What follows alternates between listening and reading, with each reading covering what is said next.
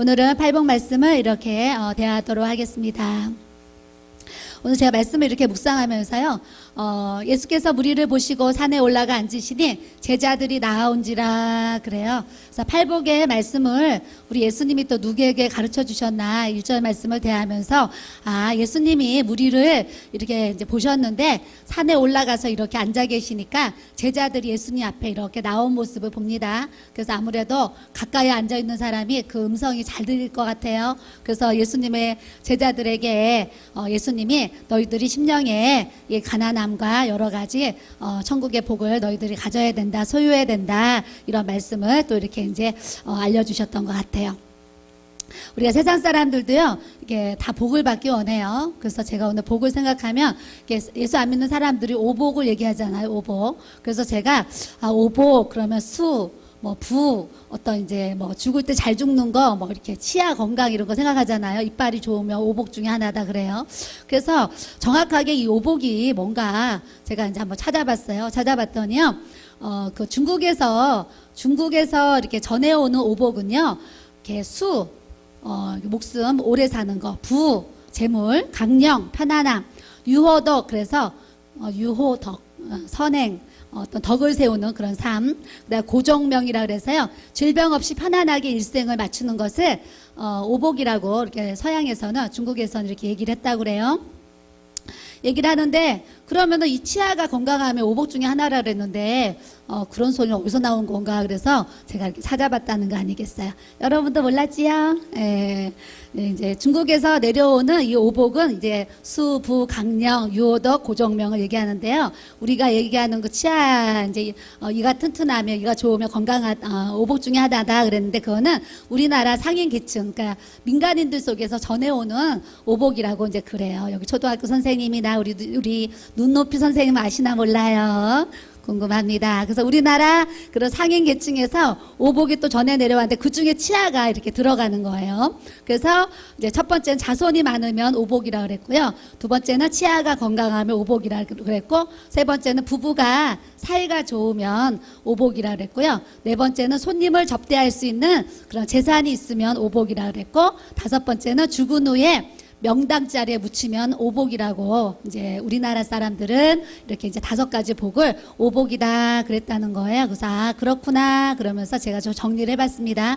그러면서 그럼 세상 사람들은 또 어떤 복을 바라겠어요? 세상 사람들은 자식이 출세하고 잘 되는 또 어떤 그런 복을 또 받길 원하고, 또 남편이 하는 사업이 잘 되기를 원하는 그런 복을 또 바랄 것이고, 제가 이렇게 교회를 오다 보면 중간쯤에 뭐가 있냐면 로또 복권을 파는 그런 조그마한 가게가 있어요. 근데 제가 지나올 때 이렇게 어쩌다가 쳐다보면 항상 사람이 많아요. 특별히 토요일 같은 때는 좀 많이 있어요. 많이 바글바글해요.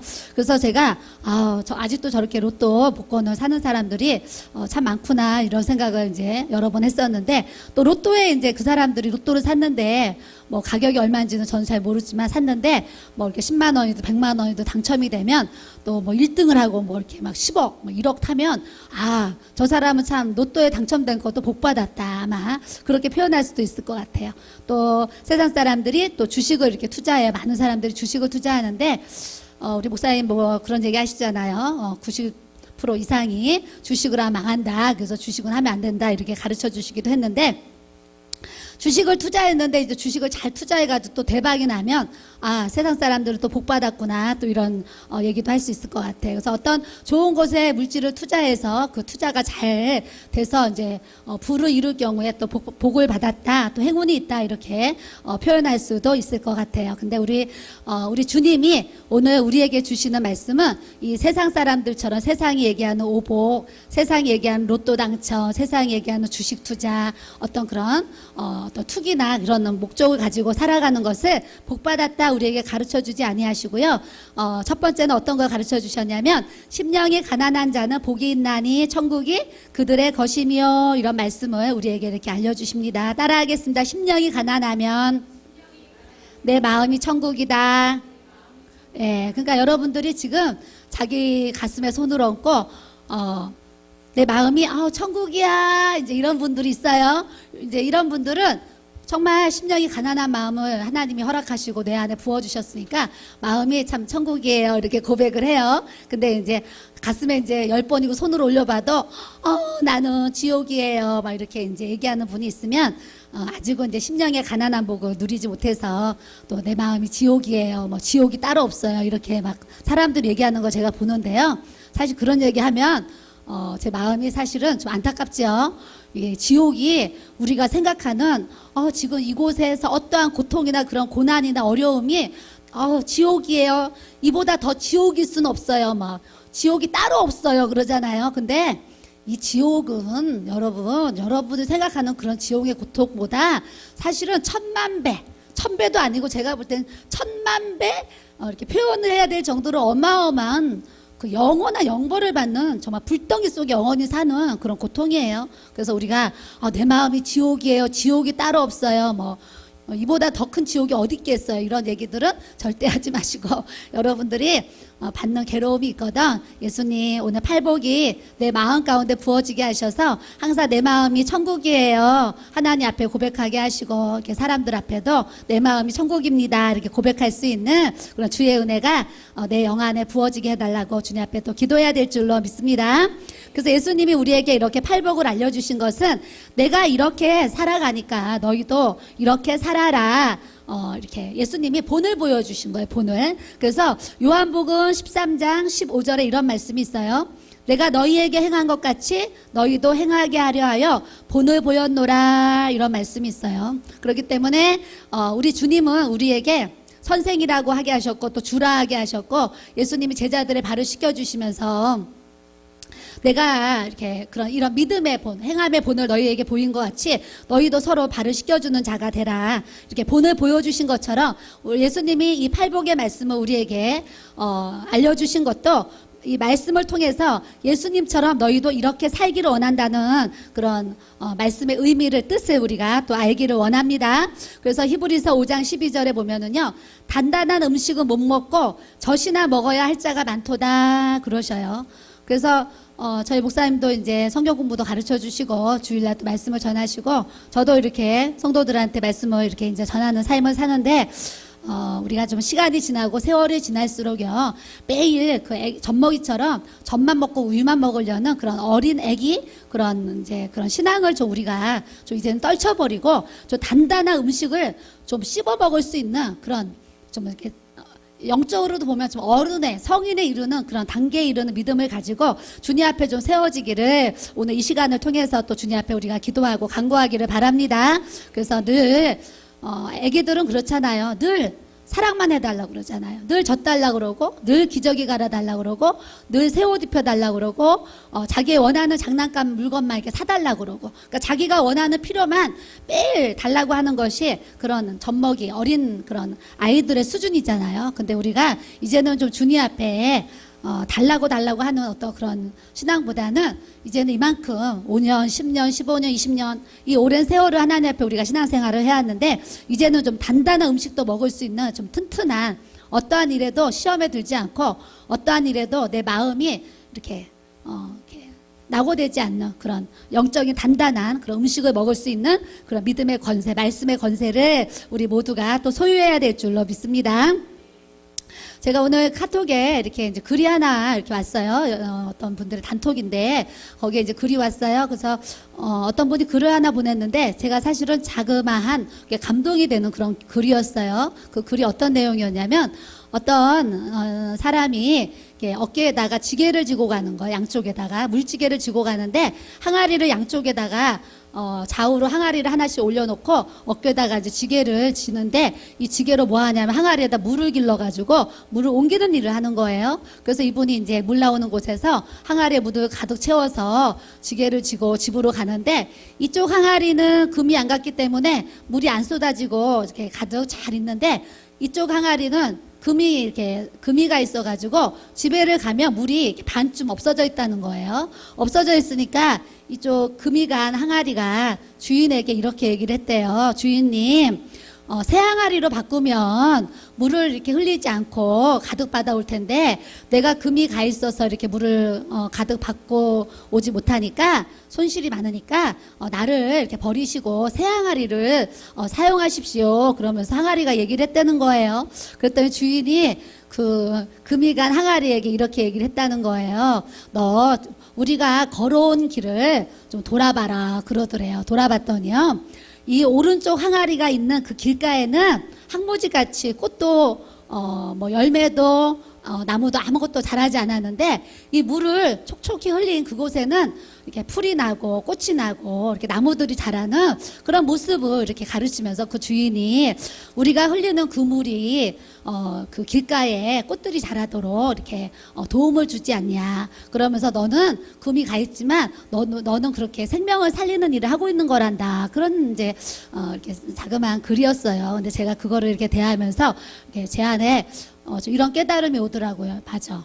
지금 이렇게 현대사회는 사람들이 제가 지난주 얘기한 것처럼 참 많은 스트레스를 받고 사는데 그런 스트레스를 통해서 어느새 자기 모습을 보면 금이 간 항아리처럼 사람들 통해서 상처받고 사람들 통해서 찢기고 회사 가서 이렇게 상사 눈치 보고 월급 받기 위해서 이렇게 엎드려야 되고 또 이렇게 때로는 뭐 이렇게 모욕적인 굴욕적인 그런 것도 취하면서 참 사람들이 금이 간 항아리처럼 상처받고 사는 이런 현대 사회를 이렇게 살아가고 있는데 그 글이 저에게 참 위로가 되면서 사람들에게 참 이런 작은 글 하나가 참 위로가 될 수 있겠구나, 힘이 될 수 있겠구나. 그러고 제가 이제 카스에다가 그 글을 이렇게 옮겼어요. 옮겼더니 그 우리 아는 목사님이 댓글을 달았어요. 제 요즘 그 마음 상태가 정말 금이 간 항아리와 이렇게 같았는데 위로를 받습니다. 뭐 그러면서 이렇게 몇 분이 답글을 이렇게 이제 다셨더라고요. 그와 같이 우리의 생활이 가정이면 가정에서 또 상처받을 수 있고 또 교회면 또 교회에서도 상처받을 수가 있고 또 일하는 직장이나 일터에서 또 상처받을 수 있는 그런 모습들이 있는데 내 마음의 금이 갔던 내 삶의 금이 갔던 우리가 또 보수할 수 있으면 금이 간 것도 이렇게 좀 이렇게 보수해가지고 새지 않는 은혜를 우리가 입고 또 살아갔으면 좋겠다 이런 생각도 또 이렇게 해보게 됩니다. 그래서 오늘 팔복의 말씀을 통해서 우리가 좀 마음에 상처받고 또 마음의 위로가 필요하고 마음이 공고하고 마음이 좀 찌그러지고 어그러져 있는 그런 우리 성도님들이 계시다면 오늘 팔복의 말씀을 통해서 내 안에 모든 상처나 그런 아픔이 찢겨진 마음들이 다 이렇게 보수되어지고 회복되어지는 주님의 은혜가 또 나타나도록 주님 앞에 우리가 또 간구하기를 또 주님 앞에 부탁을 드립니다. 또 예수님이 우리에게요 이렇게 하나님의 음성을 이렇게 들려주시기 원하세요. 하나님의 음성. 그래서 하나님의 음성을 듣기 원하는데 하나님의 음성을 누가 또 들을 수 있는가 또 이렇게 생각해 보면 또 심령의 팔복을 이렇게 갖고 있어서 마음이 가난해 있고 이 천국을 소유하고 있는 자에게 하나님의 말씀도 이렇게 들려지고요. 하나님의 세미한 음성도 우리에게 들려질 수 있지. 내 마음에 팔복이 있지 아니하면 내 마음이 천국이지 아니하면 그런 하나님의 세미한 음성 우리가 또 들을 수 없겠구나. 말씀을 통해서 이렇게 또 이제 깨닫습니다. 그래서 여러분들이 나도 하나님의 음성을 듣고 싶어요. 또 하나님의 말씀을 또 이렇게 이렇게 이제 듣기를 원해요. 그러는데요. 제가 예전에 성령의 음성을 듣는 법 이렇게 이제 설교를 했습니다. 그 중에 하나가 뭐였어요? 말씀을 읽을 때 이 성경 말씀이 우리에게 또 하나님의 음성으로 들려지고 또 설교할 때 또 목사님의 말씀이 또 우리에게 하나님의 음성으로 이렇게 들려지고 내가 기도할 때 또 자그마하게 때로는 우렁차게 세미한 음성으로 또 우리에게 그런 음성이 들려질 수도 있습니다. 때로는 또 성령의 감동을 따라서 우리에게 하나님의 음성을 이렇게 들려주시기도 합니다. 이런 제가 가르침을 이렇게 이제 한 적이 있었습니다. 그와 같이 오늘도 우리가 심령의 팔복의 말씀이 또 우리에게 부어져서요. 우리에게 자그마한 또 때로는 웅장한 또 때로는 바람 같은 불 같은 그런 막 뜨겁게 때로는 시원하게 하나님의 음성이 들려질 수 있는 우리들이 또 성도들이 돼야 될 줄로 믿습니다. 목사님이 항상 강조하시는 부분이 뭐예요? 이렇게 주일날 또 수요 예배에 목사님 말씀하실 때 그 말씀을 우리가 되새김질 해야 된다, 큐티를 해야 된다, 이 얘기를 사실 참으로 많이 강조를 이렇게 하세요. 그래서 한 2주 전에는 목사님이 계속 옥토에 대해서 얘기하면서 아무리 좋은 씨가 떨어져도 내 마음이 돌짝밭 같고 가시떨기밭 같고 그러면 열매가 날 수가 없다. 그렇기 때문에 우리가 하나님 말씀을 받는 데 있어서 항상 내 마음이 옥토밭이 되도록 자기 밭을 잘 만들어야 된다, 이 얘기를 이렇게 많이 하셨어요. 그와 같이 우리가 그런 말씀을 들으면 주님, 내 마음은 정말 어떤 마음인가요? 어떤 밭인가요? 생각하시고 내 마음이 좋은 밭, 옥토밭이 아닌 또 우리 성도님들 계시다 그러면 하나님 내 마음에 쓴뿌리, 그런 악심, 악습, 그런 악성, 하나님 앞에 버려야 될 그런 제약된 것들, 그런 부분들을 하나님 내 마음속으로 좀 기경시켜 주셔서 좋은 밭이, 옥토밭이 되어지게 해달라고 우리가 하나님 앞에 간구하고 내 마음을 기경시키는 그런 기도와 또 말씀의 훈련을 우리가 또 해나가야 되는 줄 믿습니다. 또 지난주에는 목사님이 고린도 서신에 겉사람 속사람 칠판에 막 글씨까지 써가면서 우리가 이와 같이 겉사람은 후패하는데 속사람은 정말 이렇게 새로워져야 된다는 말씀은 우리는 영의 사람으로 영에 속한 삶을 살아야 된다는 얘기를 또 이렇게 강조를 하셨어요. 그래서 여러분들이 하나님의 음성을 다 듣기 원하는데요, 내 귀로 내 마음으로 여러분들이 직접 들리지 않거든. 목사님 설교 말씀만 잘 들어도, 이 하나님 성경 말씀을 우리가 잘 읽고 묵상해도 우리가 날마다 주님과 동행할 수 있는, 정말 주님과 정말 묵상할 수 있는 그런 큐티 생활할 수 있는 주의 은혜를 우리에게 주시는 것을 우리가 또 알아야 되는 줄 믿습니다. 계시록, 요한계시록 19장 15절에 이런 말씀이 있어요. 요한계시록 19장 15절, 그의 입에서 예리한 검이 나오니 그것으로 만국을 치겠고 친히 그들을 철장으로 다스리며 또 친히 하나님 곧 전능하신 이의 맹렬한 진노의 포도주 틀을 밟겠고 그랬어요. 예수님의 말씀은 예리한 검과 같다 그러세요. 그걸로 만국을 치고 만국을 다스리시고 만국의 그 진노의 포도주 틀을 밟아버린다 그러시는 거예요. 또 히브리서 4장 12절에는 다 아는 말씀이죠. 하나님의 말씀은 살아있고 활력이 있고 좌우의 날선 어떤 검보다도 예리하여 혼과 영감이 관절과 골수를 찔러 쪼개기까지 하며 또 마음의 생각과 뜻을 판단하나니 그러세요. 우리 주님의 말씀이 또 에베소서 6장 17절에 보면 구원의 투구와 성령의 검 곧 하나님의 말씀을 가지라 그러셨어요. 그래서 제가 지난주 설교하면서 이런 얘기 했습니다. 하루에 몇 장이라도 우리가 매일매일 성경을 읽읍시다, 이렇게 제가 부탁을 드려요. 왜냐하면 이 말씀이 우리 영의 양식인데요, 밥을 안 먹으면 배고프잖아요. 저도 아침을 먹고 교회를 이렇게 오는데 저녁 되기까지는 분명히 배가 고플 것 같아요. 그럼 시장을 이제 저희가 지나오잖아요. 시장을 지나오니까 제 단골이 어디냐면 까베기 그 도너츠 파는데요. 500원짜리. 근데 즉시해서 이렇게 좀 깨끗한 기름으로 튀기는 것 같고 바삭바삭 맛있어서 그 집에 가면 항상 손님이 많아요. 근데 줄을 서 있으면 그냥 오고 줄을 안 서 있어서 살 수 있는 그 까베기가 있으면 제가 사와요. 그래서 오늘도 지나오는데 제가 살 만큼 양이 있는 거예요. 그래서 사가지고 와서 또 이제 배를 채우고 저녁까지 또 말씀 준비하다가 이렇게 맛있는 저녁을 또 이렇게 먹었어요. 우리 육신도요, 한 끼 안 먹으면 배고프고 두 끼 안 먹으면 더 배고프고 하루 안 먹으면 먹는 것만 생각나고 하루 넘어가면은요 짜장면이 왔다 갔다 하잖아요. 치킨이 왔다 갔다 하잖아요. 육신의 양식도요, 우리가 한 끼 두 끼 세 끼 안 먹으면은요 먹을 게 왔다 갔다 해요. 그래서 우리 하루 금식 해보면은요, 아 이따 12시가 되면 죽 먹어야지, 콩나물죽 먹을까 무슨 죽 먹을까 막 이렇게 죽 생각하잖아요. 그러니까 몇 끼 안 먹어도 금식 끝나고 나서 무슨 죽을 먹을까 12시만 막 이렇게 시간 보면서 12시가 11시 돼보세요. 막 1시간이 막 안 가잖아요. 낮에는 시간이 안 가니까 막 잠으로 때우고, 저도 막 예전에 그런 이제 모습을 가지면서 막 금식을 또 이렇게 했어요. 그와 같이 밥을, 육신의 양식도요, 밥을 안 먹으면 배고파가지고요 막 짜장면이 왔다 갔다 하고 뭐 먹을까 막 생각하는 것처럼 우리가 영의 말씀도요, 우리가 말씀을 읽지 않으면 말씀에 배가 고파서 성경 말씀 읽어야지, 또 읽어야지, 자꾸 읽어야지. 저 이런 하나님의 은혜가 부어진 사람이 심령이 가난한 하나님의 복을 누리는 삶인 줄 믿습니다. 그래서 매일매일 하루에 한 장이라도 세 장이라도 우리 학생들까지 매일매일 성경 읽는, 이렇게 말씀을 읽는 훈련을 꼭 이렇게 우리가 해야 될 줄로 믿습니다. 그래서 심령이 가난한 장 들어가겠습니다. 예레미야서 31장 14절에 이런 말씀이 있어요. 내가 기름으로 제사장들의 마음을 흡족하게 하며 내 복으로 내 백성을 만족하게 하리라. 여호와의 말씀이니라. 마음을 흡족하게 한다. 내 백성을 만족하게 한다. 이런 이제 단어가 있어요. 심령이 가난하게 되면은요, 내 마음이 흡족해요. 그리고 내 마음이 만족스럽고요. 그렇거든요. 그러니까 여러분들이 내 마음이 지금 흡족하지가 않고 내 마음이 만족스럽지 않은 분은 심령의 가난함을 아직 누리지 못하는 거예요. 근데 여러분들이 목사님이 그 얘기 하셨잖아요.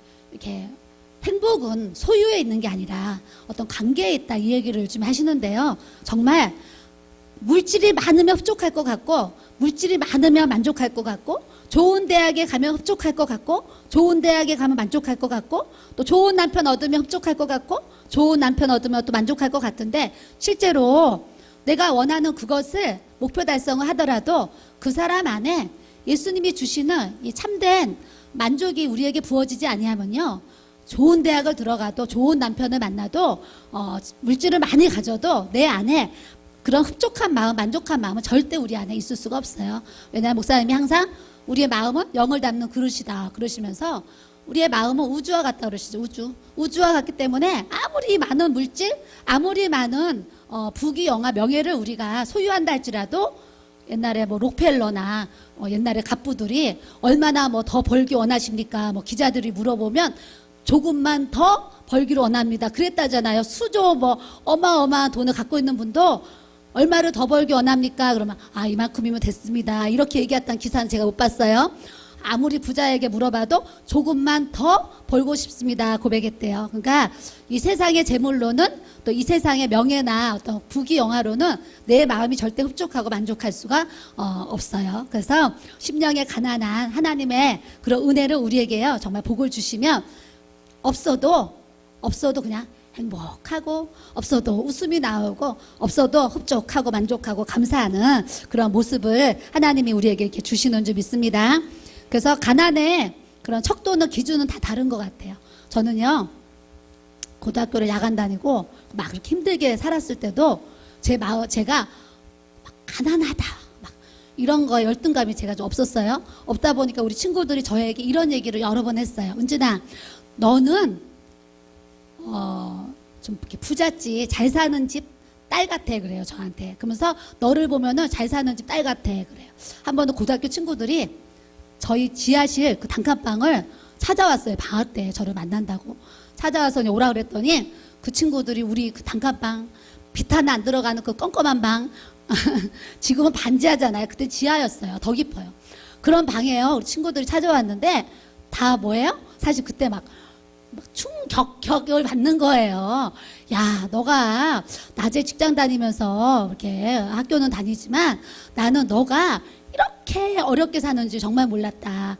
너를 보면, 너만 보면 그냥 부잣집 정말 있는 집 딸 같아. 누가 너를 보고 이렇게 없이 이렇게 가난하게 이렇게 힘들다고 하겠냐. 이런 얘기들을 저한테 했다니까요. 그래서 제가 오늘 말씀을 이렇게 대하면서 내가 왜 그런 얘기 들었을까 가만히 내 삶을 돌아보니까 내 안에 예수 그리스도가 있으니까요. 그냥 가난해도 그냥 그 안에서 주님이 내 안에 계시니까 주님이 동무가 되고 주님이 이렇게 벗이 되어 주시고 막 하니까요. 그러니까 내 마음이 이렇게 행복한 거예요. 그래서 참 행복하게 학창 시절을 그런 어려운 그런 가난 가운데서도 참 방글방글 제가 진짜 웃으면서 행복하게 살았던 것 같아요. 그래서 가난의 기준은요, 뭐가 있고 없고 이 기준이 정말 달라요.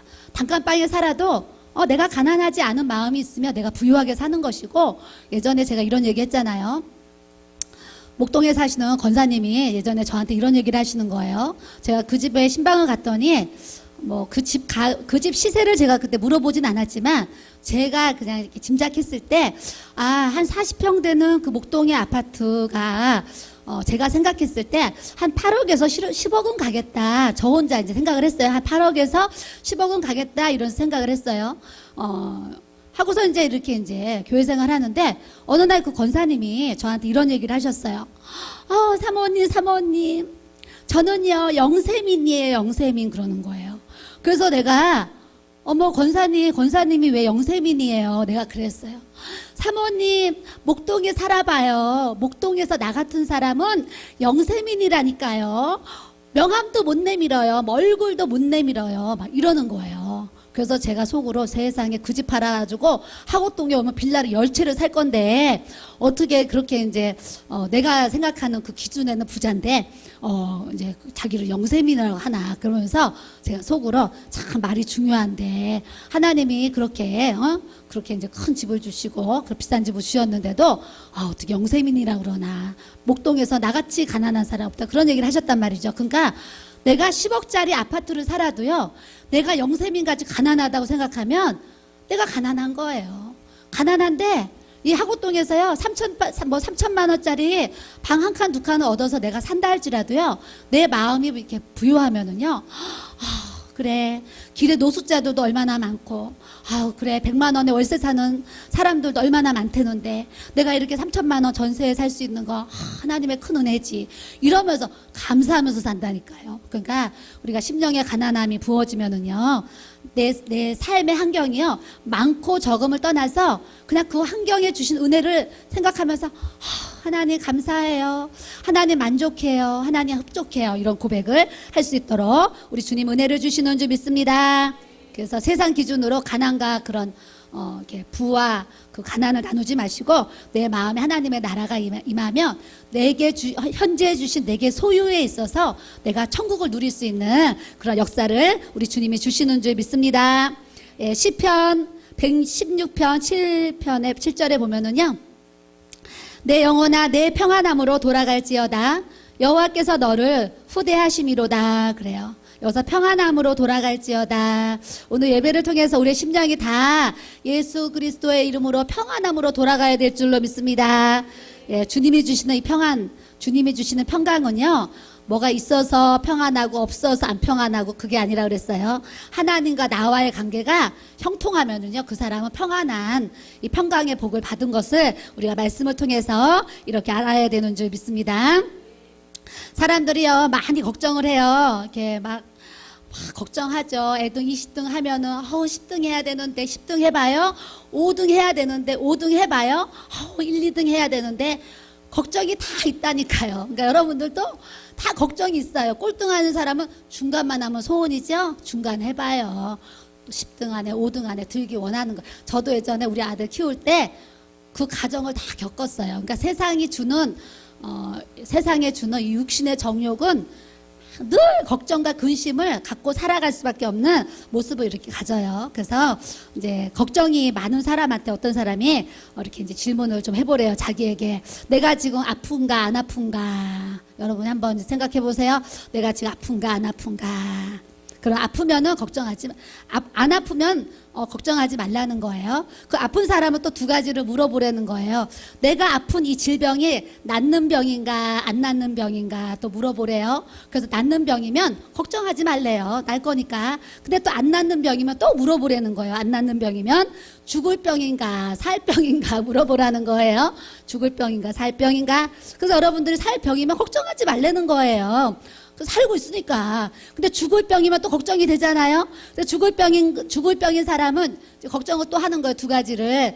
내가 천국 갈 죽을 병인가, 지옥 갈 죽을 병인가 생각을 하려는 거예요. 그래서 천국 갈 수 있는 죽을 병이면 걱정하지 말라는 거예요. 우리가 영원한 그 나라에 들어가니까, 그 나라에. 근데 이제 지옥을 갈 죽을 병인 사람 있죠. 지옥 갈 죽을 병. 그런 사람도 걱정하지 말라는 거예요. 지옥 갈 건데 뭘 걱정하냐는 거예요. 그런 이제 기사를 제가 오늘 또 이렇게 이제 대했어요. 그래서 우리가요 걱정을 안 하자고 하면 참 안 할 수 있는데 걱정을 하자고 하면 그 걱정이요 끝도 없이 걱정이 간다니까요. 그러니까 여러분들의 삶에 걱정이 있거든.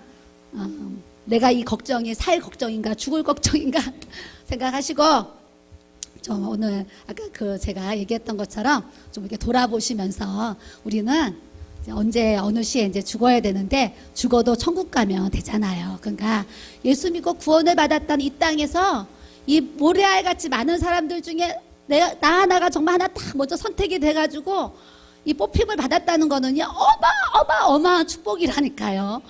여러분들이 이 구원의 은혜를요 너무요 경휼히 여겨요. 예수님은 나 하나 구원하시기 위해서 정말 하늘의 보좌를 버리고 막 이 땅에 오셔가지고 온갖 수치와 부끄러움 속에 벌거벗고요 십자가에 못 박아서 죽으셨는데 나에게 그 구원을 주신 예수님 막 생각만 해도요 어떻게 우리가 막 싫어지고 죽고 싶고 막 살 소망이 없고 그렇겠어요. 그래서 여러분들에게 고통이 있고 또 걱정이 있고 근심 있는 분들은 오늘 하나님이 위로부터 주시는 그런 평안이 우리 안에 정말 많이 많이 부어져 가지고요. 정말 내 안에 주시는 그 평안 때문에 세상이 주는 걱정, 근심, 그런 시련들은 다 예수의 이름으로 떠나가는 그런 믿음의 역사를 우리가 가져야 될 줄로 믿습니다. 이사야 38장 17절에 읽겠습니다. 보옵소서, 내게 큰 고통을 더하신 것은 내게 평안을 주려 하심이라. 주께서 내 영혼을 사랑하사 멸망의 구덩이에서 건지셨고 내 모든 죄를 주의 등 뒤에서 던지셨나이다. 이런 말씀이 있어요. 내게 고통이 있어요. 여러분들에게 작은 고통, 큰 고통이 있는데요. 그 고통도 하나님이 이렇게 허락하셨다고 하면 그 고통 가운데 주시는 평안을 우리가 하나님 앞에 구하고 찾을 수 있는 이 믿음의 역사를 우리가 가져야 될 줄로 믿습니다. 그 내 삶을 과거로 이렇게 돌아봐 보세요. 멸망의 구덩이에서 건지셨고, 저도요, 얼마나 인생 살아오면서 막 이런저런 모양으로 막 이렇게 멸망의 구덩이까지는 아니라도 내 인생에 막 구덩이같이 푹푹 빠지는 일들이 막 있잖아요. 그런데 그때는 그 구덩이에 빠졌을 때 죽을 것 같고 살 소망이 없고 힘들 것 같고 막 괴롭잖아요. 괴로운데 우리 주님은요, 그때마다 손을 내밀으셔서 나를 건져주셨어요. 여러분도 인생 가운데 힘들고 어려울 때 주님이 손 내미셔서 우리를 그 구덩이에서 건지셨으니까 우리가 여기 앉아있지. 이 하나님의 얼마가 큰지 우리가 말씀을 통해서 또 다시 한번 또 묵상하기를 또 이렇게 바랍니다. 그래서 내 모든 죄를 주의 등 뒤에 던지셨나이다. 예수 그리스도 흘리신 그 보혈의 피가요, 우리의 모든 죄를 그냥 다 던져버릴 수 있는 이 놀라운 역사를 우리에게 이렇게 주셨으므로 우리가 하나님이 주신 참된 평안을 가지고 믿음을 가지고 살아야 될 줄로 믿습니다.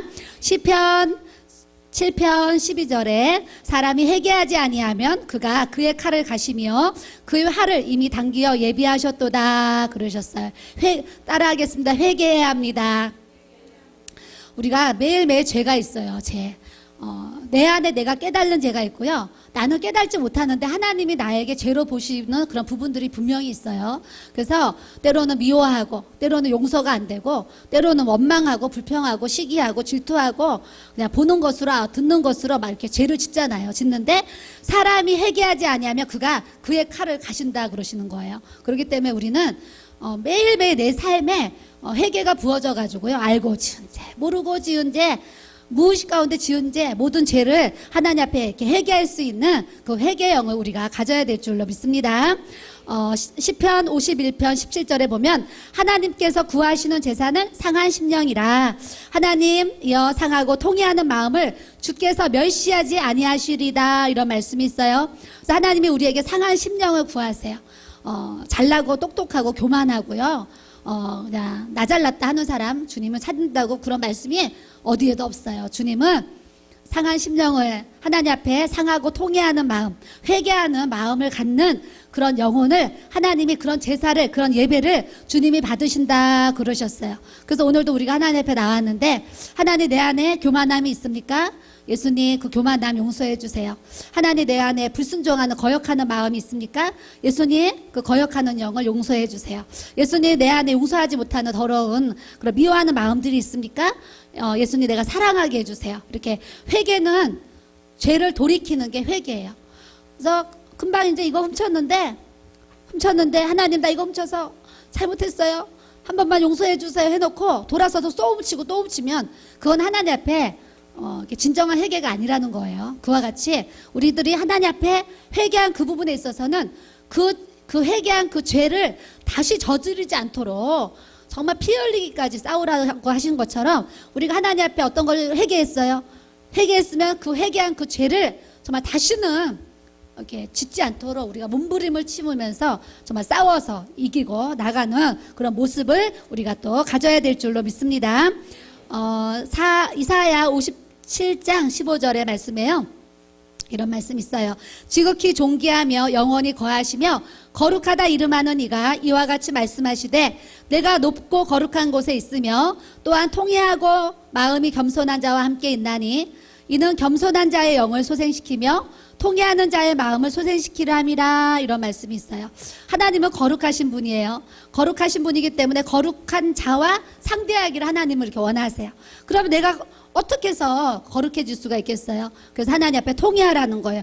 회개하고 하나님 앞에 애통하고 때로는 눈물을 흘리고 통회하고 자복하면서 내 마음이 하나님 앞에 겸손해 있어야지 하나님이 그 겸손한 자의 영을 소생시키셔서 통회하는 자의 마음과 함께 할 수 있다. 이런 말씀을 우리에게 이렇게 알려주십니다. 그래서 우리가 하나님 앞에, 우리가 사람 앞에, 또 주의 종 앞에, 교회 앞에, 또 성도들 앞에 항상 하나님 앞에 교만한 모습을 주님 앞에 다 내려놓으시고 하나님 앞에, 사람 앞에, 교회 앞에 우리가 겸손한 자의 영을 소생시키시는 이 겸손의 정말 축복, 통회하는 자의 마음을 소생시키는 정말 회개할 수 있는 이 회개의 영을 우리가 소유하는 우리 믿음의 성도들이 돼야 될 줄로 믿습니다.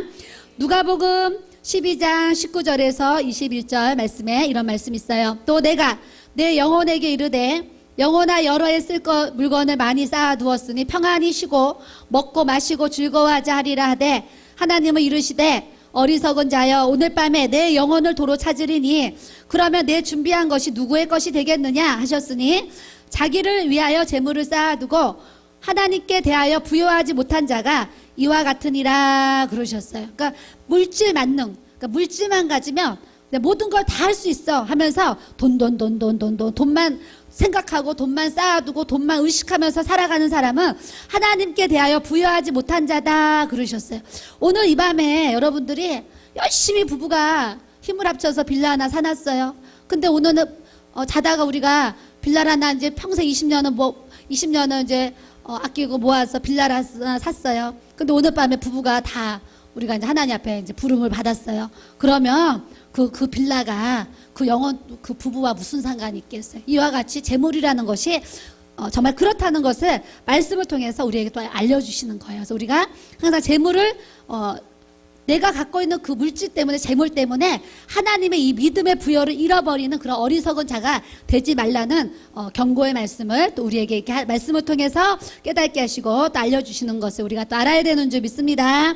그래서 우리가 심령이 가난한 자는 복이 있나니 천국이 그들의 것이며 그랬어요. 그래서 오늘 말씀을 통해서 우리 마음 가운데 이 심령이 가난한 천국의 복을 다 소유하는 우리 성도들 돼야 될 줄로 믿습니다. 두 번째는 온유한 자의 복을 우리에게 주세요. 온유한 자, 애통하는 자. 그래서 애통하는 자는 복이 있나니 그들이 위로를 받을 것이요 그랬어요. 여기서 애통이라는 뜻은요, 그냥 눈물 조금 흘리고 조금 슬프고 이런 것을 애통이라고 그러지 않고요. 여기서 얘기하는 애통은요, 이제 표현을 하자 그러면 그냥 쉽게 표현하면 부모님이 돌아가셨어요. 물론 천국에 갔으니까 천국 입성식이 있지만 먼저 부모님을 보내는 자식의 마음들은 다 애통하잖아요. 예수 안 믿는 사람은 더 애통하죠. 그런 것을 애통이라고 그래요. 아주 소리를 지르고 소리를 내고 펑펑 우는 그런 부분들을 애통이라고 그래요. 애통. 근데 하나님이 그렇게 애통하는 자가 복이 있다 그러시는 거예요. 그런 성경적으로 그 애통 말씀을 보면은요, 로마서 7장 24절에서 8장 2절에 보면 오라 나는 공고한 사람이로다 그러시면서 그러므로 이제 그리스도 예수 안에 있는 자에게는 결코 정죄함이 없나니 이는 그리스도 예수 안에 있는 생명의 성령의 법이 죄와 사망의 법에서 너를 해방하였습니다. 날마다 도둑질하고 날마다 간음을 하고 날마다 막 술 취하고 방탕하게 막 죄를 지어요. 죄를 짓는데 그런 사람들은 마음이 공고할 수밖에 없어요. 그러니까 사도 바울이 오라 나는 공고한 사람이로다. 사도 바울과 같이 사는 사람도 이 세상의 육신의 법으로 나를 막 다스리려고 할 때는 자기 마음에 막 공고함을 막 느끼는 거죠. 막 깨달는 거죠. 사도 바울과 같은 사람도. 그래서 오라 나는 공고한 사람이로다. 이 사망의 몸에서 누가 나를 건져내겠느냐? 우리 주 예수 그리스도로 말미암아 나는 하나님께 감사하다. 내 자신이 마음으로는 하나님의 법을, 이 육신으로는 죄의 법을 이렇게 섬기고 살아가고 있는데 정말 성령의 법이 아니면, 이 생명의 성령의 법이 아니면 이 내게 이 오늘 육신의 법, 이 죄와 사망의 법을 내가 이길 방법이 도저히 없다. 이 고백을 사도 바울이 이렇게 이제 하고 있습니다. 그러니까 사도 바울과 같은 분도 오라 나는 공고하다. 이 육신의 법을 이길 힘은, 내 육체의 법을 다스릴 힘은 성령의 법밖에 없다. 이렇게 고백을 했어요. 여러분은 어떠세요? 여러분들도 여러분 자신을 돌아보면 정말 성령의 법이 아니면 여러분들에게 오는 죄와 이런 사망의 법을 이길 수 있는 권세는 그 어떤 것도 우리 육체의 소욕을 다스릴 수가 없다는 것을 말씀을 통해서 또 이렇게 알게 됩니다. 그러면 우리가 어떻게 해야 돼? 애통하는 마음을 달라고 기도하고, 하나님 정말 내가 이 세상에서 오는 죄와 사망의 법, 육신의 법, 육신의 그런 정욕, 안목의 정욕, 이 세상에서 오는 그런 헛된 자랑들, 이런 것들 내가 다스릴 수 있는 이 애통한 마음, 눈물을 펑펑 흘리면서 하나님 앞에 회개할 수 있는, 통회하고 자복할 수 있는 이 애통할 수 있는 복을 나에게 부어달라고 우리가 또 그렇게 기도해야 될 줄로 믿습니다. 그래서 애통하는 자의 그 기도를 통해서 하나님이 우리에게 뭘 주시냐면요, 위로를 주세요. 우리가 눈물도요, 막 속상한 일이 있었어요. 내 남편한테 막 속상한 일 얘기하면서 막 울었어요. 우리가 이제 울면 남편이 미안해, 내가 잘못했어 이러면 부인들이 어때요? 위로가 되면서 다 용서가 되잖아요. 그와 같이 우리가 하나님 앞에 막, 하나님 나 너무 힘들고 괴롭고 이 세상에서 오는 법, 육신의 법을 다스릴 힘이 없어요. 그러면서 막 울면 하나님이 그래, 내가 그거 이길 성령의 힘과 그런 능력과 권세를 내가 너에게 줄 테니까 담대해, 너는 할 수 있어, 너는 그거 이길 수 있어, 이렇게 하나님이 우리에게 위로를 해주신다라는 것을 말씀을 통해서 우리가 또 알아야 되는 줄 믿습니다. 그래서 하나님의 응답은요, 이제 애통하는 자에게는 응답을 위로로 주세요. 위로. 그래서 여러분들이 막 힘들잖아요. 막 이것저것 힘든 일들이 있죠. 힘든 일들 하나님 앞에 애통하면서 그 힘든 일들 여러분들이 이제 구하시면 주님이요, 나다 그러면서 만져주신다니까요. 옛날에 어떤 사모님이 내다 그런다 그러잖아요. 주님이 사투리로 내다. 그러니까 주님이 나다 그러시던지 주님이 내다 그러시던지 어찌됐거나 주님이 나다 그러시면서 내 마음을 만져주시는 그 위로의 역사를 우리가 또 체험해야 될 줄로 믿습니다. 계시록 요한계시록 3장 17절에요. 내가 말하기를 나는 부자라 부요하여 부족한 것이 없다 하나 내 공고한 것과 가련한 것과 가난한 것과 눈먼 것과 벌거벗은 것을 알지 못하는도다. 지금 이 시대를 보면은요, 참 부자가 돈 많은 사람들이 예수 믿는다는 거 참 힘들 것 같아요. 그래서 아무래도 저 강남 사는 사람보다는 이 강북에 사는 사람들이 예수를 더 많이 믿지 않을까, 이건 제 생각이에요.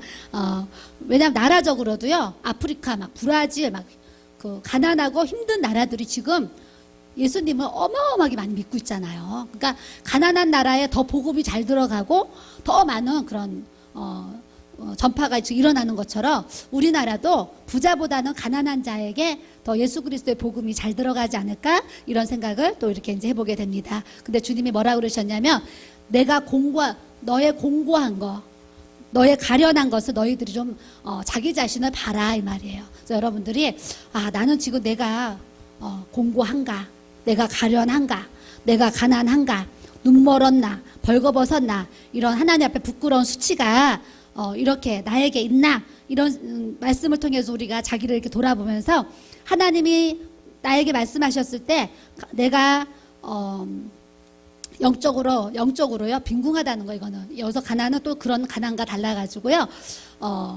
영적으로 무지하고 없는 거 얘기하는 거죠. 그래서 내 안에 그런 공고함과 가련함과 가난함과 눈먼과 벌거벗은 것, 또 내가 하나님 앞에 부끄러운 수치들이 있으면 이 시간에 자기 자신을 말씀을 통해서 이렇게 알기 원하시는 거예요. 그래야지 내가 내 자신을 볼 수 있고요, 내가 내 자신을 자꾸 통찰할 수 있어야지, 내 부족한 것, 사람이 부족한 걸 알아야지 고치지, 부족한 걸 모르면 사실 어떻게 고치겠어요. 저도 때에 따라서 우리 아이가 이제 엄마 저 요런 거는 고치세요, 이렇게 알려줄 때가 있어요. 이번에 사실 뭘 이제 저한테 얘기했냐면, 예배 시간에 이제 저 자매님이 율동을 했잖아요. 근데 이제 이 핸드폰, 스마트폰이 녹화가 더 잘 된다고 그래가지고 저한테 찍어달라 그래가지고 들고서 막 열심히 찍었잖아요. 막 5분을 찍었더니, 엄마 예배 시간에 엄마가 앞에 앉아서 스마트폰 들고 막 이렇게 찍고 있는 거 보기 안 좋아요, 이제 얘기하더라고요. 그 생각해 보니까 그렇구나, 그런 생각이 들었어요. 그 나는 막 이런 마음이죠. 막 그냥 애기들, 그냥 내 자식 그냥 7살 때 유치원 가면 뭐예요? 재롱잔치 하잖아요. 재롱잔치 하러 가면은요, 애들이요 10명 20명 나와서 막 반짝이 뭐 이렇게 하더라도 반짝반짝 불러도요, 누구만 보여요? 내 자식만 보여요. 다른 애 눈에 안 보여요. 사진도 내 자식 중심으로 찍게 되고 내 자식 율동만 보여요. 사실은 성탄 때 성탄절 날요, 애기들 나와서 발표 막 하잖아요. 그럼요, 부모들 다 자기 자신만 더 크게 보여요.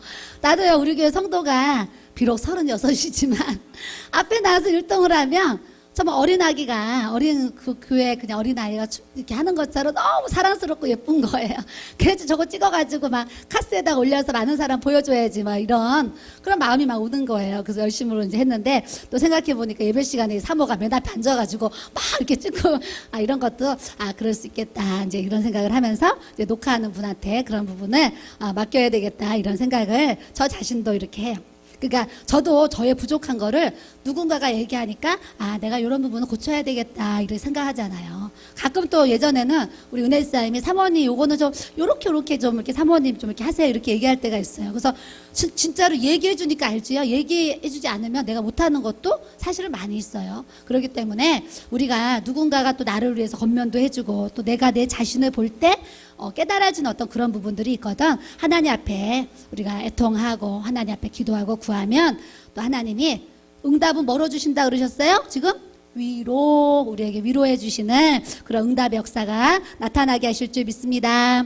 그래서 애통하는 자에게는 하나님의 응답을 위로로 주시고요. 또 천국의 상급으로 우리를 또 위로해 주시는 줄 믿습니다. 우리가 주일을 하는데요. 때로는 막 밤에 잠 안 자고 기도하고 막 금식하면서 기도하고 또 철야하면서 기도하고 밤낮으로 기도하고 하는데요. 또 수고도 낮에도 하고 밤에도 하고 하루 종일 하고 이러잖아요. 이러는 이제 모습들이 있는데요. 이 천국에 그 영원한 상급이 없으면 우리가 무슨 낙으로 우리가 하나님 앞에 봉사하고 무슨 낙으로 하나님 앞에 헌신을 하겠어요? 저 본향에서 주시는 그 천국의 상급 이번에 수요일날 우리 그 목사님이 계시록 설교하셨잖아요. 그래서 금멸류관 얘기하셨잖아요. 그러니까 하나님이 정말 이렇게 우리에게 쓰여주시는 금멸류관, 그 생명의 멸류관, 약속의 멸류관, 우리에게 주시는 그 상급, 그 천상에서 주시는 그 상급을 우리가 바라보니까 이렇게 이 밤에 나와서 예배드리고 또 주일날 하루 종일 봉사하고 주님 앞에 때로는 죽도록 헌신하고 이렇게 살지요. 안 그러면 어떻게 살겠어요? 근데 우리 하나님이요, 우리에게 응답을 위로로 주시고 천국의 상급으로 우리에게 응답을 주시는 그 하나님이 있기 때문에 날마다 우리에게 오는 모든 것들을 이기면서 승리하고 다스려 나갈 수 있는 은혜를 우리에게 또 주시는 줄 믿습니다. 세 번째는 온유한 자에게 복을 주신다 그랬어요. 온유한 자. 온유한 자는 복이 있나니 그들이 땅을 기업으로 받을 것이며 그랬어요. 그래서 온유는 남의 죄를 때로는 나라의 죄를 때로는 열방의 죄를 정말 내 마음에 품고 하나님 앞에 기도하는 정말 그 사람이 정말 온유한 사람이에요. 왜냐하면 모세가 성경에요. 정말 모세가 온유하다 그랬어요. 온유하다 그랬는데 그 모세에게 말씀하시는 그 온유는 하나님의 말씀을 잘 듣고 순종하는 그런 온유를 얘기하신다 그랬어요. 그래서 모세도요. 모세의 힘으로는요. 이스라엘의 그 수많은 말도 안 듣는 그 백성들을요. 그 강야 물었고 먹을 것 없는 그 강야를 그 수많은 백성들을 끌고 간다는 거예요. 모세가 어떻게 이렇게 할 수 있겠어요? 근데 모세가 온유한 마음이 있었기 때문에 하나님이 가라 하시기 때문에 그 가라 하는 그 말씀 순종하기 때문에 그 길 갈 수 있었지요. 강야 그 40년의 세월을요. 모세가 어떻게 그 길을 물었고 먹을 것 없는 그 간조한 땅을요. 뱀과 정갈이 있고요. 그 공고한 땅을 어떻게 그 길을 이렇게 걸어갈 수 있겠는가. 또 말씀을 통해서 제가 묵상을 또 이렇게 해보게 됐습니다. 그래서 온유한 자는 정말 모세와 같이 하나님의 말씀을 잘 듣고 정말 순종하는 삶이 또 온유한 사람이고 또 남의 죄를 정말 자신이 품고 하나님 앞에 또 기도하는 그런 사람이 또 온유한 사람이다. 이렇게 이제 봐집니다. 성경에 모세도 또 온유한 자라고 그러셨고 예수님도 내가 마음이 온유하고 겸손하다 그러셨어요. 그래서 주님이 또 온유한 자로 이 땅에 오셔가지고요. 우리의 모든 인류의 그런 역사의 그런 영혼들을 구원하시기 위해서 예수님이 죽기까지 그 죽어주시는 그런 생명의 도를 전하시는 그 예수님의 모습을 보면 또 온유한 모습을 우리가 대할 수가 있습니다. 바울도 아시아의 영혼을 마음에 품고 이렇게 주님 앞에 기도하고 간구하고 도구하고 나간 그 바울의 역사가 있었습니다. 그와 같이 우리가 이 땅에 살면서 정말 온유한 자는 복이 있나니 그들이 땅을 기업으로 받을 것이며 그러셨어요. 여러분들이 정말 천국에 가서요, 어떤 사람은 상급이 한 평을 주실 수도 있고, 어떤 사람은 30평, 어떤 사람은 300평, 어떤 사람은 3,000평, 어떤 사람은 또 뭐 3억 평도 하나님이 그 땅을 주시겠지요. 이 땅에서 많이 수고하면 천국에 가서도 그 땅이 많을 것이고, 이 땅에서 적게 수고하면 천국에 가서도 분명하게 그 상급이 적기 때문에 적은 땅을 얻을 것이라고 주님은 우리에게 또 말씀을 이렇게 이제 주셨습니다. 그런데 온유한 자는 땅을 기업으로 받는다 그러셨어요. 이 땅에서도 땅을 많이 가진 사람을 부자라 그러기도 하고요.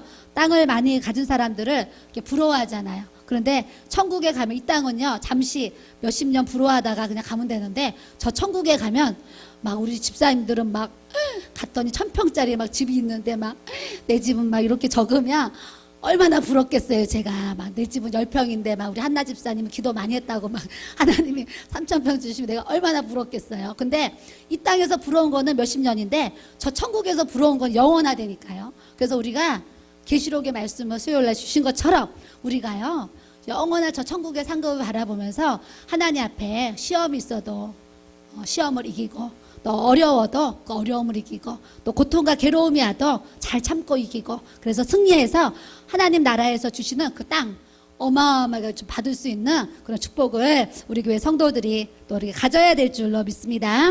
그래서 온유한 자는요, 늘 영혼을 위해서 기도하는 사람이 온유한 자인 것을 우리가 또 말씀을 통해서 알기를 또 이렇게 원합니다. 시편 25편 9절에 온유한 자를 정의로 지도하시며 온유한 자에게 그의 도를 가르치시리로다 그랬어요. 그래서 하나님은요, 하나님 말씀을 이렇게 도를 가르쳐 주시는데요, 누구에게 가르쳐 주시죠? 온유한 자에게. 우리 아이들에게요, 이렇게 뭔가를 이렇게 이제 부탁을 했는데, 이 아이가 엄마 부탁 잘 들어주면은요, 또 부탁하고 또 부탁하게 되잖아요. 근데 엄마가 뭘 부탁했는데 이 아이가 안 들어주잖아요. 자꾸 안 들어주면 엄마 마음에도 어떤 마음이 들어요? 아우, 얘한테 이거 부탁하지 말아야지. 이런 생각 하잖아요. 하나님도요, 우리에게 무엇을 부탁하시고 무엇을 맡기셨는데, 부탁한 걸 맡기신 것을 잘하면은요, 자꾸 더 부탁하게 돼요. 너 요것도 해줘라, 저것도 해줘라, 저것도 해줘라 그러셔야 우리 하나님도. 그런데 부탁을 했는데 자꾸 안 하려고 하고 안 들어주면은요, 에이, 하나님도요, 에이, 너한테 부탁 안 하고 다른 사람한테 부탁하는 게 빠르겠다. 예수님도 그러실 것 같아요. 그래서 우리가 하나님이 나에게 어떤 것을 부탁하시거든 항상 아멘, 주님 제가 하겠습니다, 이런 순종의 도를 가지시고 그 가르침 속에 우리가 주님의 인도를 또 잘 받아야 될 줄로 믿습니다. 그래서 온유한 사람은 주님이 자꾸 가르쳐 주세요. 주님이 자꾸.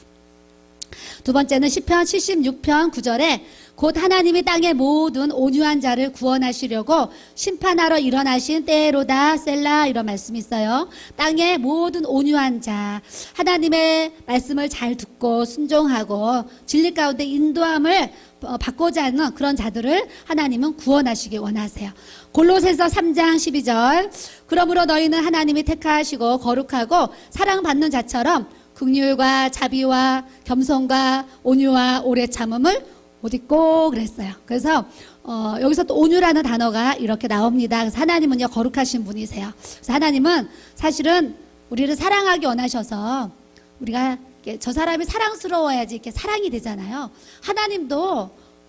하나님도 우리를 바라보실 때요, 사랑할 만한 사람은 더 사랑이 되시는 거예요. 그래서 하나님이 택하사 거룩하고 사랑받는 자, 우리가 하나님 앞에 거룩하고 사랑받는 자가 되시려면은요, 내 마음에 긍휼함이 있어야 돼요.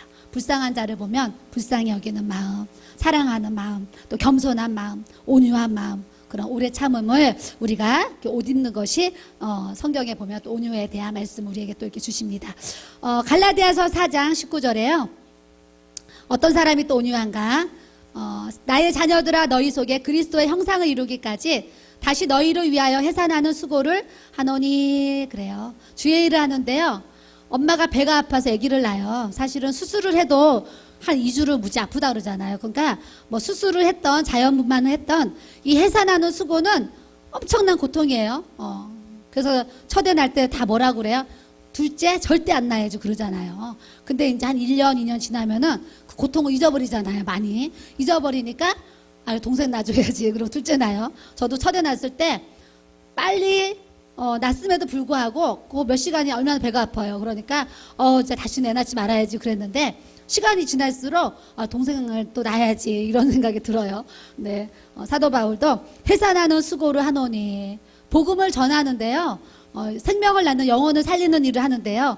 그 수고를 뭐에 표현했냐면 해산하는 수고를 했다는 거예요. 엄마가 아기 낳는 그 고통을 표현한 거예요. 그와 같이 복음 전파, 우리가 주의 일을 한다는 거, 정말 엄마가 아기 낳는 것처럼 해산하는 수고를 하는 것처럼 힘든 일들이 사실은 무지 많이 있어요. 그래서 여러분들이 주의 일 하면서 나는 해산하는 수고를 하는 것 같이 주의 일을 한다. 저도 아직은 그렇게 해산하는 수고같이 주의 일을 했다고 이렇게 고백을 못하는 것 같아요. 여러분들도 또 이제 몇 분이 이제 그럴지 모르겠지만 앞으로 우리가 좀 주의 일에 더 힘써가지고요. 좀 해산하는 수고를 하는 것처럼 주의 일에 힘쓸 수 있는 우리 축복교회 성도들이 돼야 될 줄로 믿습니다. 우리 시편 112편 6절에요. 그는 영원히 흔들리지 아니하며 의인은 영원히 기억되리로다. 이런 말씀이 있어요. 온유한 사람은요. 흔들림이 없어요. 흔들림. 그래서 성경에도 자로나 우로나 여호수아가 자로나 우로나 치우치지 않고 그냥 앞만 보고 달려가는 거예요. 주님이 목표하시고 주님이 정하시는 그 방향만 따라서 그냥 이렇게 달려가는 거예요. 그래서 그와 같이 온유한 사람은요 영원히 흔들리지 않는 그런 믿음의 권세가 있어요. 그래서 우리가 영원히 흔들리지 않는 그 온유함을 우리가 가져야 될 줄로 믿습니다. 시편 37편 29절에 의인이 땅을 차지하며 거기서 영원히 살리로다. 천국에 가면은요 하나님이 이제 내 땅을 이제 지금 준비하시고 주님이 그러셨어요. 너희는 마음에 근심하지 말아라. 내가 처소를 예비하러 간다. 그러셨어요. 예수님이 지금 저곳에 가셔가지고 지금 내가 갈 수 있는 그 집을 주님이 지금 짓고 계시는 거예요. 내가 거할 그 집을 지금 짓고 계신다니까요. 그래서 어떤 사람은 거의 다 짓고 마무리 단계에 있을 수도 있고 어떤 사람은 지금 짓고 계신 중일 수도 있지요. 그래서 주님이 짓고 계시는데 뭐 누가 그랬어요. 전도를 하면 막 다이아몬드가 하나가 막 박힌대잖아요. 집에. 그와 같이 우리가 의인이 땅을 차지하며 그랬어요. 그러니까 우리가 온유한 마음으로 주의 일에 또 헌신하셔서 저 천국에서 내 땅을 좀 많이 차지할 수 있는 그런 우리 축복된 성도들이 또 돼야 될 줄로 믿습니다. 계시록 22장 12절. 보라 내가 속히 오리니 내가 줄 상이 내게 있어 각 사람에게 그가 행한 대로 갚아주리라. 따라하겠습니다. 그가 행한 대로 갚아주리라. 주님은 이제 속히 오신다고 그래요. 많은 사람들이 지금 말세라고 하고요. 주님이 곧 오신다고 막 마라나타 찬양을 많이 부르고 있어요. 그와 같이 주님은 이제 언제 오실지 그 나이가 그 시는 우리가 분명히 알지 못하지만 우리의 마음이요. 주님이 속히 오실 것처럼 우리는 살아야 되는 것을 우리가 그런 믿음을 우리가 또 가져야 될 줄로 믿습니다. 주님이 속히 오리라 그러셨는데 지금 2017년도가 돼가잖아요. 됐나요? 돼가나. 하여튼 그런데 주님은 속히 오신다 그랬는데도 2000년 우리가 이제 기다렸어요.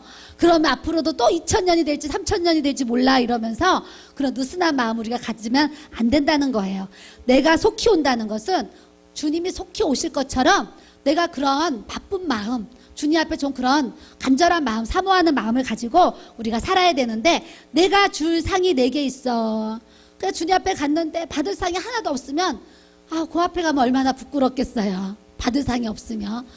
제가요 그 초등학교 6학년 때 학교에서 이제 졸업식을 하잖아요. 졸업식을 하는데 60명 정도 이렇게 이제 졸업 친구들이 있어요. 어떤 친구는 무슨 상 받아요? 개근했다고 개근상, 뭐 또 한두 번 결석했다고 정근상, 또 공부 잘했다고 공부모상, 또 뭐 착하다고 뭐 선행상 막 받잖아요. 받는데요, 제가 하나도 받을 상이 없어가지고 졸업식 날 상을 하나도 못 받았잖아요. 하나도 못 받았는데 그때 제가 이런 생각을 했어요. 내가 6년 동안 빠지지 말고 학교 잘 나와서 저 친구들이 받는 개근상이라도 받을 걸. 그때 제가 졸업식 때 그런 생각을 제가 이렇게 했었어요. 남들이 상 받는데 상을 못 받으니까 상을 받고 싶은 마음도 있고 좀 후회도 돼서 결석이라도 하지 말고 개근상이라도 받아서 우리 부모님께 상장 갖다 드릴 거 이런 생각을 제가 이렇게 한 적이 있었어요. 근데요, 그거는 그냥 그때 잠시 그런 생각 할 수 있죠. 그리고 잊어버리죠. 근데 저 영원한 하나님 나라에 가면 내가 딱 섰어요. 근데 하나님이 그래, 너는 전도 몇 명 했고 기도 몇 시간 몇 초 몇 분 했고 뭐 이렇게 얼마만큼 너가 또 뭐 구제를 했고 선교를 했고 하나님 앞에 얼마만큼 11조를 했고 뭐 이렇게 남을 도왔고 막 이제 이런 그걸 쭉 나열하시면서 그거에 대한 이렇게 상을 이렇게 주실 거 아니에요. 그때 우리가 좀 많이 받을 수 있는 그런 상 우리가 좀 기대하면서 주님 앞에 행하는 믿음을 가지고 주님 앞에 나아가기를 주님의 이름으로 또 축복합니다. 아멘. 네 번째는요, 의에 줄이고 목마른 자, 이런 복이 나옵니다. 의에 줄이고 목마른 자. 성경에서 말하는 이 의는요, 이게 진리의 사람, 그러니까 진리만을 쫓아가는 사람은 정말 의를 쫓아가는 사람이에요. 성경에서 의라는 것은 진리에 대한 그런 진리를 채우는 그런 사람, 또 말씀대로 사는 사람, 그리고 자기를 볼 줄 아는 사람이 이렇게 의에 축복을 받은 사람이에요. 왜냐하면 하나님의 말씀이 내 안에 있어야지 자기가 자꾸 봐줘요. 내가 더 기도해야 되는데, 전도해야 되는데, 내가 이렇게 더 하나님 앞에 무엇인가를 해야 되는데, 이렇게 이제 깨달아지거든요. 그리고 또 내가 이제 어떤 불의를 행했을 때, 그래, 내가 그건 잘못했어. 그 불의한 거 내가 버려야지. 이렇게 이제 자기를 돌아보게 되는 거예요. 그래서 의에 줄이고 목마른 사람은 남의 들보보다는 남의 어떤 작은 티보다는 내 들보가 자꾸 보이죠. 내 들보가. 근데 이제 내 들보는 안 보이고 이제 남의 티가 이제 막 자꾸 보이죠. 보이는 사람은 지금 또 내 안에 의에 줄이고 목마름이 또 부족한 거예요.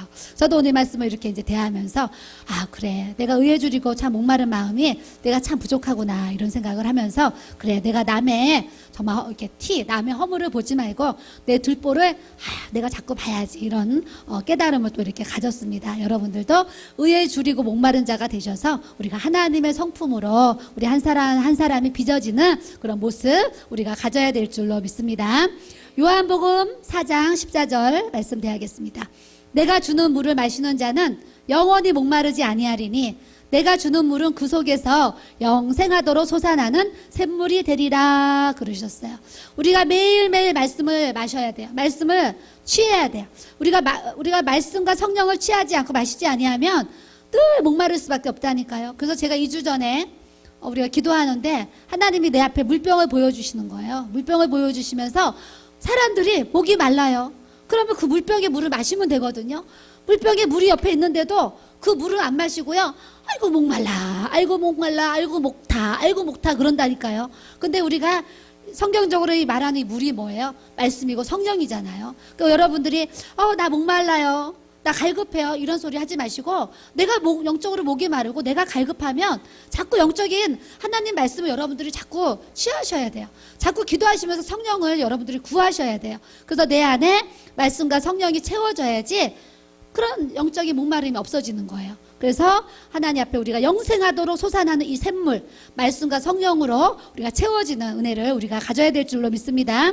로마서 6장 7절 말씀, 이는 죽은 자가 죄에서 벗어나 의롭다 하심을 얻었습니다 그랬어요. 우리는요, 이 죄도요 그냥 죄예요.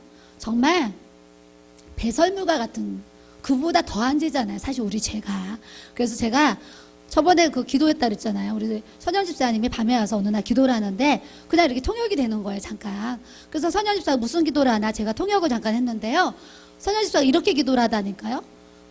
하나님, 이 세상을 내가 살면서 이 세상의 오물이 자꾸 내 영혼에 이렇게 내 영혼을 더럽힌다고 그런 기도를 하면서요. 예수님의 보혈로 내 영혼에 이렇게 묻어있는 이 오물들 예수님의 보혈로 깨끗하게 이렇게 씻어달라고, 정결하게 해달라고 그 기도를 이렇게 하고 있더라니까요. 근데 집사님이 사실은 가정주부잖아요. 집에 있잖아요. 그런데 뭐 집에 있으면서 그렇게 뭐 누구랑 싸우겠어요, 뭐 도둑질을 하겠어요, 나가서 뭐 간음을 그런데도 영적으로 보면은요, 우리가 알게 모르고 짓는 이 죄가요, 하나님 보실 때는 오물과 같이 더럽게 우리 영혼에 묻어 있다니까요. 그러는데도 나가서 또 이게 막 나가서 많은 것을 보고 활동하는 사람들은 얼마나 보이는 것으로 막 듣는 것으로 우리에게 많은 더러운 것들이 막 이렇게 이렇게 묻어 있겠어요. 그렇기 때문에 오늘 죽은 자가 죄에서 벗어나 의롭다 하심을 얻었습니다. 그래서 하나님의 말씀, 이 예수의 피, 이 권세가요, 우리를 의롭다 하신 이거 어마어마한 이것도 축복인 것을 우리가 또 알아야 될 줄로 믿습니다. 베드로 후서 2장 8절. 이는 이 의인이 그들 중에 거하여 날마다 저 불법한 행실을 보고 들으므로 그 의로운 심령이 상함이라. 참 우리가 불법, 법대로 살고 싶지요.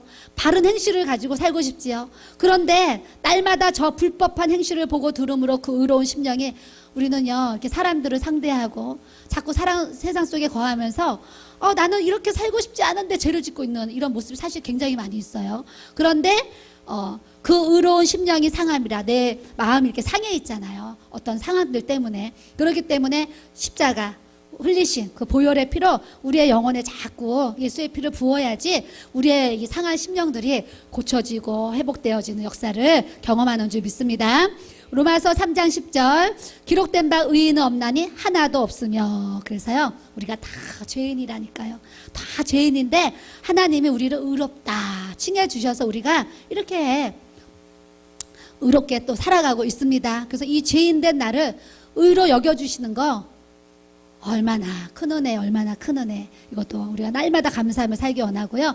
사도행전 13장 39절 마지막으로 여기까지 하겠습니다. 또 모세의 율법으로 너희가 의롭다 하심을 얻지 못하던 모든 일에도 이 사람을 힘입어 믿는 자마다 의롭다 하심을 얻는 이것이라 그러셨어요. 예수 그리스도를 믿는 자마다 주님이 의롭다 이게 칭해 주신대요. 얼마나 감사해요. 감사하시죠? 예, 우리는요 날마다 이 정말 배설물이요 내 온 영혼에 내 온몸에 묻은 것처럼 더러워져 있는 내 인생을요 예수님의 보혈이 다 뿌려지면서 내 죄가 흰 눈과 같이 싹 휘어지고 깨끗해지게 거룩해지게 되는 거, 그 어느 것과도 바꿀 수 없는 하나님의 은혜라는 것을 우리가 알아야 될 줄로 믿습니다.